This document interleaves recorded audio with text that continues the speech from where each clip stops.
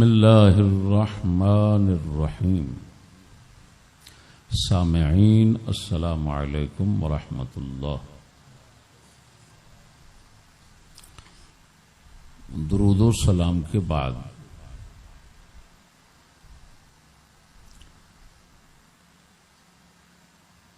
موضوع ہے حیضی بچہ والی حدیث من گھڑت ہے۔ حیضی بچے والی حدیث جھوٹی من گھڑت ہے، یہ موضوع ہے۔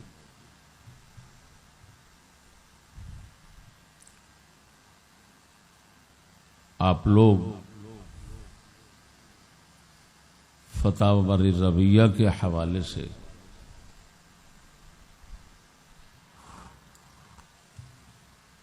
عام سنتے رہے ہوں گے اور سن رہے ہیں کہ اعلی حضرت کا فتاوی 24ویں جلد صفحہ نمبر 342 پر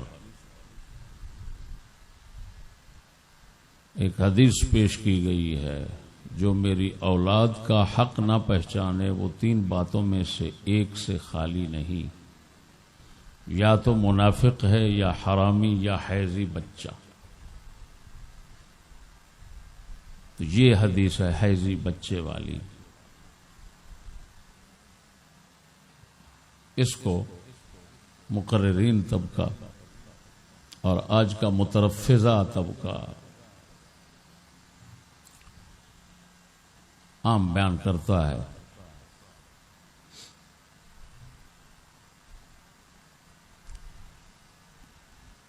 تو ناچیز اس حدیث کے متعلق 2 طرح کلام کرے گا۔ اس کے جھوٹ اور من گھڑت اور موضوع ثابت کرنے کے لیے 2 طرح سے کلام کرے گا، ایک روایتاً ایک درایتاً۔ پہلے بحث محدثانہ ہوگی اور پھر بحث متکلمانہ اور فقیہانہ ہوگی جو اہل نظر کرتے ہیں۔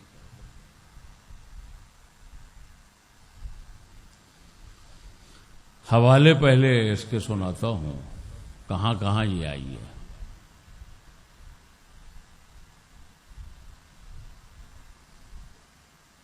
پھر الفاظ پورے پڑھوں گا۔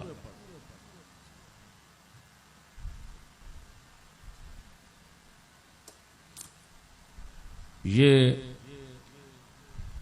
ایک تو بیہقی شعب الایمان میں آئی ہے،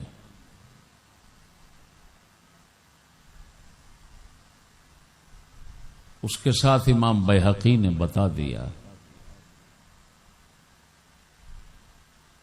کہ اس میں زید بن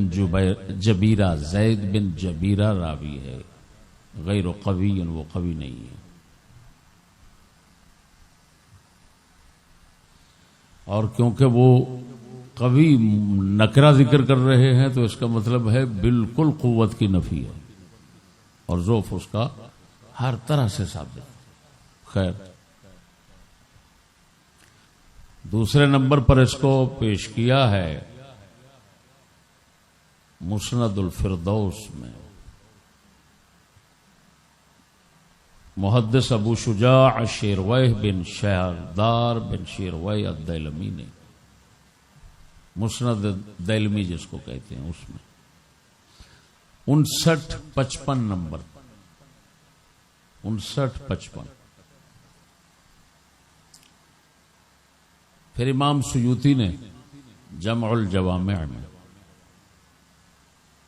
اور ان کی کیونکہ ترتیب ہے جمع الجوامع کی، کنز العمال تو کنز العمال میں بھی آئی ہے۔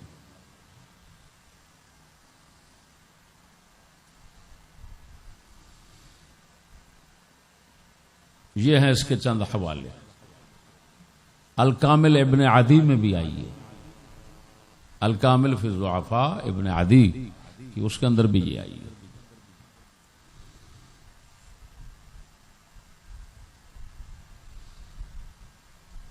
اب آپ کو معلوم ہے کسی بھی منقول بات کا ثبوت حوالوں سے نہیں ہوتا، سند سے ہوتا ہے، سند سے۔ کسی بھی منقول بات کا ثبوت حوالوں سے نہیں ہوتا، سند سے ہوتا ہے۔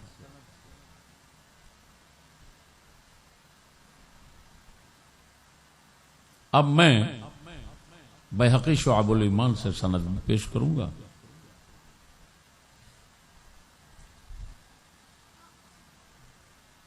اور حدیث کے لفظ بھی پورے پیش کروں گا۔ اعلی حضرت نے روایت کے الفاظ پورے ذکر نہیں کیے۔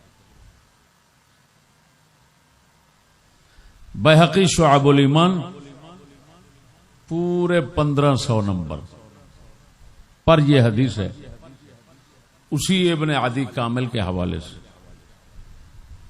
زید بن جبیرہ عن داود بن حسین عن ابن ابی رافع عن علی قال سمعت رسول اللہ صلی اللہ علیہ وسلم یقول من لم يعرف حق عطرتی والانصار والعرب فهو لإحدى ثلاث، اما منافق واما لزنیة واما لغیر طہور اے حاملته امه على غیر طہور۔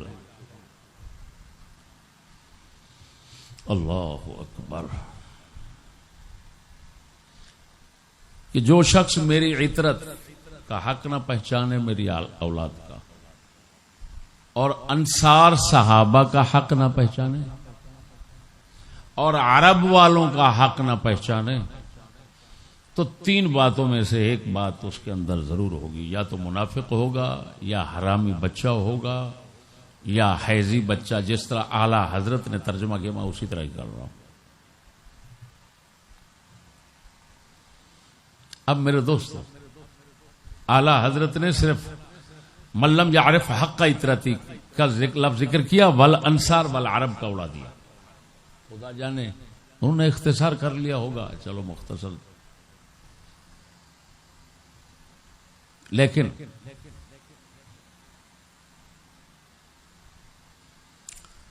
آپ کو معلوم ہے کہ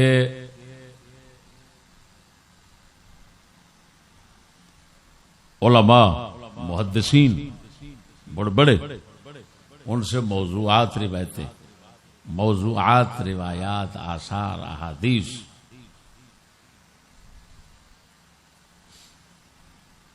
وہ مروی ہوتی ہیں، وہ روایت کرتے ہیں، کتابوں میں لاتے ہیں، لیکن قاری اور سننے والے، پڑھنے والے کا فرض ہوتا ہے کہ اس کی سند پر غور کرے۔ ترمذی میں موضوع روایتیں ہیں، اگلوں نے ابو داؤد کے اندر کچھ ثابت کیا ہے، ابن ماجہ میں تو بہت زیادہ ہیں جھوٹی روایتیں، بلکہ خطا سند کے اعتبار سے نہیں، معنی کے اعتبار سے ہی روایت میں خطا ہو، غلط ہو، وہ مسلم میں بھی آئی ہوئی، اگر نے ثابت کیا۔ یہ قاری اور پڑھنے والے کا کام ہے۔ اگلوں نے جب سند پیش کی ہوتی ہے تو اس کا مطلب ہے انہوں نے اپنی ذمہ داری پوری کر دی، اب اگلے پہ بوجھ ڈال دیا، بھائی تم خود ہی غور کرنا۔ اعلی حضرت نے بغیر توجہ کے یہ روایت ذکر کر دی۔ ایمان سے کہتا ہوں اگر توجہ کرتے تو اعلی حضرت رہے، کسی مسلمان سے متوقع نہیں کہ اس کو پیش کرے، جس طرح کہ میں درایت پر تبصرہ کرتے ہوئے انشاءاللہ آگے ذکر کروں گا۔ اب میرے بھائیو ایک لطیفے کی بات ہے، اس حدیث میں آیا کہ جو میری عطرت اور انصار اور عرب کا حق نہ پہچانے،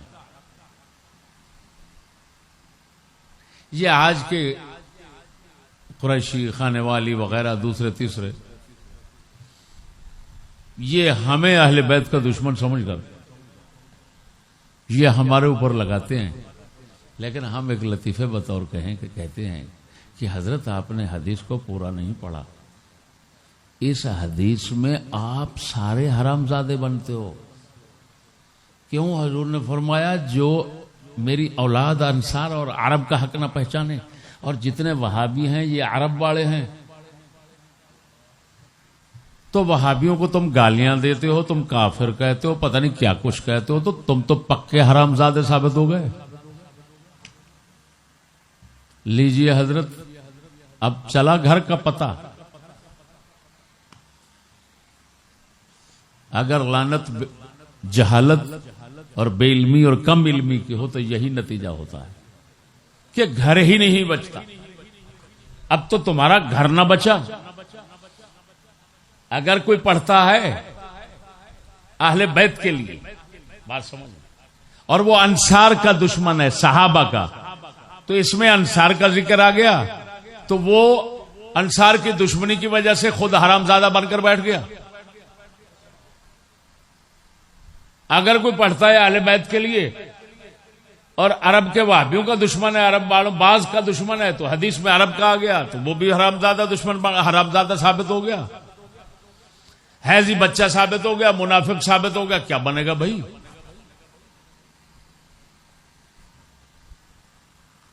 اللہ اکبر۔ قربان جائیں امام بیہقی پر یا ان لوگوں پر جنہوں نے ذکر کیا اور ساتھ ہی حکم بتا دیا کہ بھائی یہ راوی ایسا ہے، اس کا حیثیت نہیں ہے ایسا۔ وہ تنبیہ کے لیے ایسی روایتیں ذکر کر کے ساتھ تنبیہ کر بھی جاتے ہیں۔ اب بھائیو ہم دیکھتے ہیں کہ اس کے راوی کیسے ہیں، کیا روایت کے لحاظ سے یہ من گھڑت اور موضوع ہے، یا یہ اس قابل ہے کہ اس کو بغیر تنبیہ کے پیش کر دیا جائے اور خبردار کرنے کے بغیر اس کو رکھ دیا جائے۔ اب دیکھتے ہیں، یہ کتاب ہے الجامع لکتب الضعفاء والمتروکین والکذابین، شادی بن محمد بن سالم آل نعمان کی، جلد 6 ہے، دار ابن عباس سے چھپی ہوئی ہے۔ یہ معاصر ہے اس زمانے کا۔ اس نے جتنی بھی ہمارے بڑے بڑے اماموں کی کتابیں ہیں ان میں رجال یعنی راوی، ضعیف، کذاب، متروکین وغیرہ جن کا ذکر ہے، سب کو یہاں پر جمع کر دیا ہے، اور یہ بہت بڑی کتاب اس نے بنا دی ہے۔ اب اس میں راوی جو آ رہا ہے زید بن جبیرہ، ابو جبیرہ انصاری،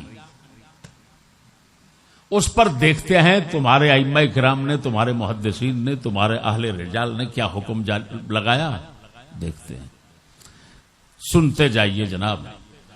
قال یحییٰ یعنی یحییٰ بن معین لا شیء، یہ زید بن جبیرہ جو اس روایت میں آ رہا ہے وہ بالکل ککھ نہیں ہے۔ کتنی مضبوط حدیث ہے جس کا راوی ککھ بھی نہیں ہے، لا شیء۔ یعنی کیا مطلب؟ حضرت اس درجے کے ہیں کہ راویوں کے اندر ان کو رکھنا بھی ٹھیک نہیں ہے، کیونکہ لا شیء ہے۔ ابو حاتم رازی کہتے ہیں منکر الحدیث جداً، حدیث ایسی پیش کرتا ہے، منکر الحدیث ہے، ایسی حدیث پیش کرتا ہے جس کو کوئی بھی نہ جانے پہچانے، صرف حضرت کی جیب اور بٹوے سے نکل کر آتی ہے۔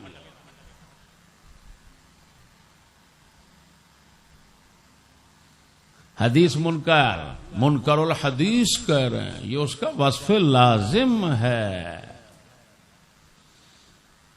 متروک الحدیث ہے، اس کی حدیث اگلوں نے چھوڑ دی ہے، افسوس ہے اعلی حضرت پر جنہوں نے رکھ لی ہے، وہ تو متروک الحدیث ہے۔ اعلی حضرت جیسے بندے کو چاہیے تھا یہاں پر لکھتے تو صرف اس شرط کے ساتھ ہی لکھ دیتے، بھائی موضوع من گھڑت جھوٹی روایت ہے۔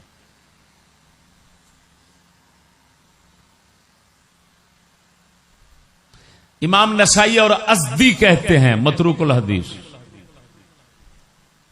اس کی حدیث علماء نے چھوڑ دی۔ بخاری کہتے ہیں منکر الحدیث متروک الحدیث، امام بخاری کہتے ہیں۔ دارقطنی کہتے ہیں ضعیف الحدیث۔ ابن حبان کہتے ہیں یروی المناکیر عن المشاہیر، مشہور لوگوں سے ایسی روایتیں نقل کرتا ہے جس کو کوئی بھی نہیں جانتا پہچانتا. مشہور بندوں سے کیوں ایسا کرتا ہے؟ تاکہ مشہور کا نام آئے، اگلے قبول کر لیں. لہذا کیا کرنا چاہیے؟ فاستحق التنکب عن روایت، اس کی روایت کا تنکب کرنا چاہیے، اس کی جانچ پڑتال کرنی چاہیے. یہ جھوٹا بندہ ہے، غلط بندہ. یہ حوالہ دیا ہے الضعفاء والمتروکین ابن جوزی کا. اب آ گئی کتاب المغنی فی الضعفاء، اس کے حوالے سے ترکوہ متروک الحدیث بخاری. اب آگے آ گئی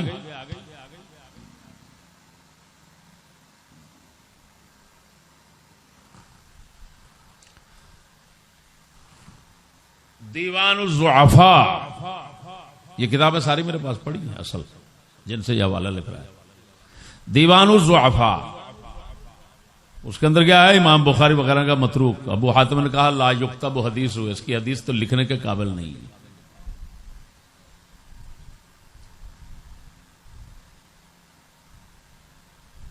عامۃ ما یروی لا یثاب علیہ، زیادہ تر اس کی حدیثیں وہی ہوتی ہیں کہ جو کسی کے پاس نہیں ملتی، صرف حضرت کے بٹوے سے ملتی ہے.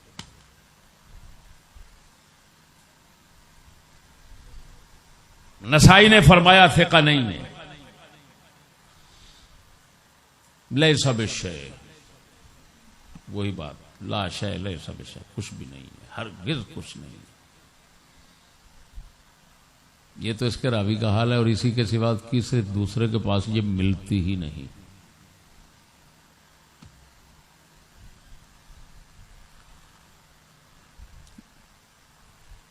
یہاں پر ایک تنبیہ کرتا چلو کہ مسند الفردوس کے محشی نے شجری کے اعمال شجریہ کے حوالے سے اس کی سند جو لکھی اس کے اندر غلطی کر دی. زید بن جبیرہ عن ابن ابی جبیرہ لکھ دیا، یہ غلط ہے. زید بن جبیرہ بن محمود بن ابی جبیرہ ابو جبیرہ انصاری، یہ ایک ہی شخص کا نام ہے. جس طرح کے بہقی شعب الایمان کا محقق جو ہے وہ لکھ رہا ہے، اور کتب جو ہیں کتب رجال کی جو میں نے ابھی پیش کی ہیں وہ بھی اسی طرح لکھ رہے ہیں. یہ دو بندے نہیں ہیں کہ ابو جبیرہ کو ابن ابی جبیرہ کوئی اور ہے اور زید بن جبیرہ، نا نا نا نا، سب ایک بندہ ہے. اور داؤد بن حسین، داؤد بن حسین سواد کے ساتھ، داؤد بن حسین راوی سے یہ روایت کرتا ہے. جو جھوٹ بولتا ہے بول دو. یہ دوستو یہ آپ نے دیکھ لیا اس کے راوی کا حال. اب میں چلتا ہوں، یہ روایتاً بحث تھی، اس کو علماء کی زبان میں کہتے ہیں روایتاً بحث. کیا کہتے ہیں؟ اب درایتاً کرتے ہیں، معنی کے لحاظ سے کرتے ہیں، غور کرتے ہیں کہ کیا ہے. اللہ اکبر، یہ کفر ہے معنی کے لحاظ سے. رسول اکرم کی طرف اس کی نسبت کرنا کفر ہے. کیوں کفر ہے بھائی؟ سمجھدار ہو. یا تو منافق ہے وَإِمَّا لِزِنْيَةٍ وَإِمَّا لِغَيْرِ طُهُورٍ. آگے تفسیر ہے اے حملتہ امہ علی غیر طہور، اور اعلی حضرت نے ترجمہ کیا حیضی بچہ. کیا مطلب؟ کہ اس کی ماں، یہ وضاحت ہے کہ اس کی ماں حالت حیض میں تھی تو یہ ٹھہرا حمل اس کا، نطفہ اس کا. وہ خدا لعنت بھیجے اس شخص پر جس نے اس حدیث کو گھڑا ہے بغیرت. اور بغیرت ہمارے رسول کی طرف اتنا کفر، اتنا غلط بات، جاہلانہ بات اس کو منسوب کر دیا. وہ دنیا کائنات کا ہر بندہ جانتا ہے جو شادی شدہ ہے کہ حالت حیض میں 1000 بار ہم بستری کی جائے تو نطفہ نہیں ٹھہرتا. خون آ رہا ہوتا ہے، نطفہ کہاں ٹھہرے؟ وہ تو رحم سے خون آ رہا ہوتا ہے. نطفہ گیا وہ فوراً ساتھ باہر آ جائے گا. یہ تو تمام لوگ مسلمان کافر بھی جانتے ہیں کہ حالت حیض میں نطفہ نہیں ٹھہرتا. تو رسول اکرم صلی اللہ علیہ وسلم سے کیسے ممکن ہے کہ ایسی بات کہہ دیں جو عام جاہل بندے جو نہیں کر سکتے وہ رسول کریں؟ ہمارے علماء نے حدیث کے موضوع من گھڑت اور جھوٹے ہونے کے لیے اصول کلیے لکھے ہیں. یہ میرے پاس الموضوعات الکبیر ہے امام ملا علی قاری رحمہ اللہ کی. انہوں نے اس کتاب کے آخر میں چند کلیات اور ضابطے بنائے ہیں جن سے پتہ چل جاتا ہے حدیث من گھڑت ہے. وہ سنا دوں؟ اللہ اکبر. ایک ہے وَمِنْهَا سَمَاجَةُ الْحَدِيثِ وَكَوْنُهُ مِمَّا يُسْخَرْ مِنْهُ. حدیث ایسی ہو کہ اس کے اندر بےہودہ بات ہو، خلاف حقیقت بات ہو، بات ایسی ہو کہ دنیا کے سامنے پیش کرو تو مسخرہ اور مذاق بن جائے، اگلے ٹھٹھا کریں، کہیں وہ کیا کہہ رہے ہو. اگر روایت ایسی ہوگی، اس میں بات ایسی ہوگی تو سمجھ لینا تمہارا نبی اس بات کرنے سے پاک ہے. وہ کسی راوی خبیث لعین کا جھوٹ بنایا ہوا ہوگا، وہ نہ کسی صحابی کی ہو سکتی ہے نہ نبی کی ہو سکتی. یہ ملا علی قاری رحمہ اللہ لکھ رہے ہیں.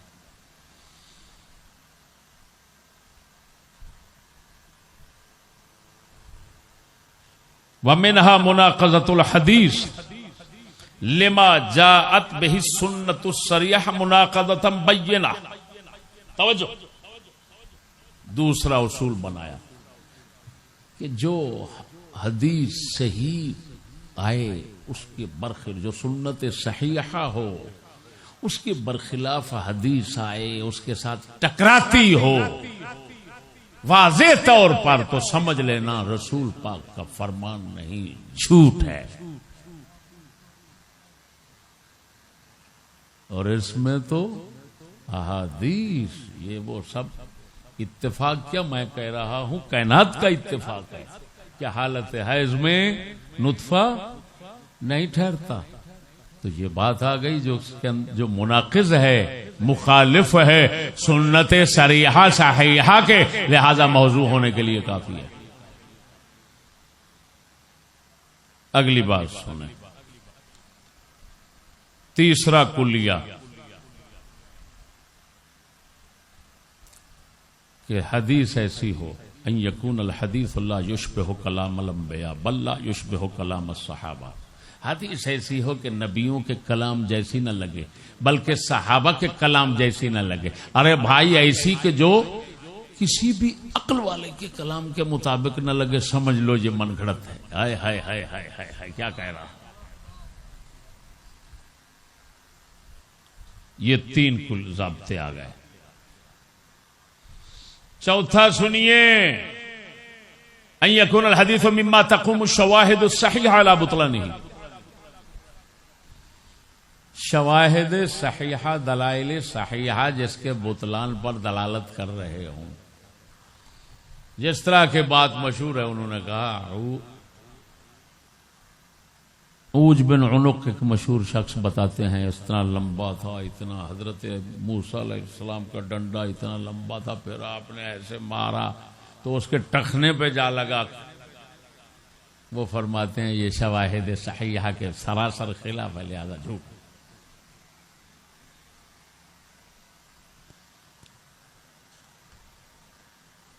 آگے ومنها ركاكة الفاظ الحديث وسماجتها بحيث يمجها السمع ويدفع الطبع. الفاظ میں اتنا عجیب ذوف اور رکاکت ہو. رکاکت دونوں کاف ڈنڈے والے، کلام میں اتنی رکاکت اور اتنا ذوف ہو، اتنا عجیب بدمزگی ہو کہ سنتے ہوئے بندہ کہے یار یہ کس کا کلام ہے. فرمایا یہ بھی نشانی اور علامت ہے موضوع اور من گھڑت ہونے کی. یہ کیا لکھا ہوا ہے؟ یا غیر طہور، یعنی اس کی ماں اس کو غیر طہور پر حاملہ بن کر اٹھائے، غیر طہور پر حالت حیض میں، وہ آئے گا کیسے؟ کیسے ٹھہرے گا؟ بتا تو صحیح. اگر بالفرض کائنات میں ایسا کبھی ہوا ہو تو میرے خیال میں علامہ خانے والی اور اس کے جو ساتھی ہیں، حواری ہیں، ان کے متعلق یہ گمان کیا جا سکتا ہے، لیکن کسی انسان کے متعلق نہیں کیا جا سکتا.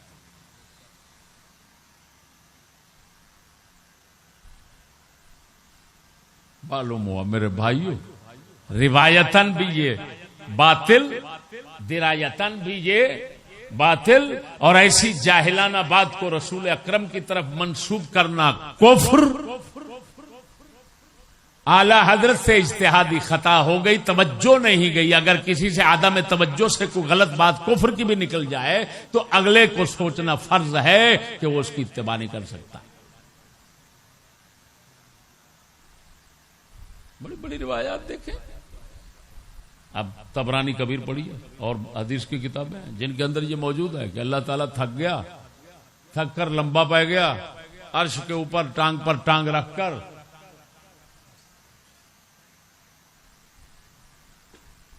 ایک شخص لیٹ رہے تھے، دوسرے صحابی آ گئے، انہوں نے کہا ٹانگ پہ ٹانگ رکھ کے سویا ہوا ہے، یہ تو خدا کا کام ہے، خدا سویا تھا تو کیوں سویا ہوا ہے؟ سب نے لکھا من گھڑت ہے. آ گئی طبرانی میں، کسی میں آ گئی یہ من گھڑت ہے، جھوٹ ہے. اگلے کیوں نقل کرتے ہیں؟ تاکہ اگلوں کو خبر ہو جائے کہ یہ غلط ہے، بہت بڑی، اس کو نہ ماننا. تو اعلی حضرت سے یہ ایک خطا ہو گئی کہ انہوں نے توجہ نہیں کیا. میں توجہ سے بہت کچھ ہو جاتا ہے، لیکن ایسے ایسی توہین آمیز بات، اس کی تائید کرنا سمجھنے کے بعد، یہ تو یقیناً کفر ہے. تائید کا کیا معنی؟ سمجھ لیا، وہ بڑوا جب بیان ہو گیا، حقیقت تمہیں معلوم ہو گئی، دلے اب بھی اس سے باز نہیں آ رہا تو مرتد ہو گیا، تو گستاخ رسول بن گیا. اتنا جاہلانہ بات رسول پاک کی ذات شریف کی طرف منسوب کرنے سے تو خود مرتد ہو گیا. بے غیرت، ہماری ضد میں نہ آؤ، اپنا نکاح دوبارہ کر لو. اللہ تعالیٰ ایسی ضد سے ہمیں محفوظ فرمائے. آخر دعوانا